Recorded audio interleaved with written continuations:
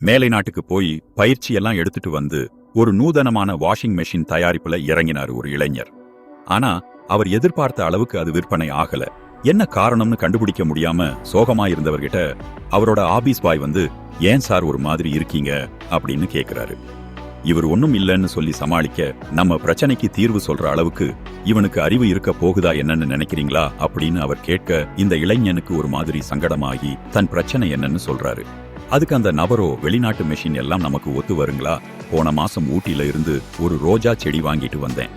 நம்ம ஊர் வெயில தாங்க முடியாம அது வாடி போச்சு அப்படின்னு சொல்லவும், சட்டுன்னு ஒரு விஷயம் புலப்பட, உடனே அந்த வாஷிங் மெஷினுடைய பாகங்களை எல்லாம் நம்ம நாட்டு வெப்பத்துக்கு தாங்குற அளவுக்கு சீரமைச்சு அதை மார்க்கெட்ல இறக்குறாரு. கொஞ்ச நாள்லயே அதனுடைய விற்பனை பல மடங்கா அதிகரிச்சது. நமக்கு வர ஆலோசனை யார் சொல்றாங்கன்னு பார்க்காதீங்க, என்ன சொல்றாங்கன்னு பாருங்க.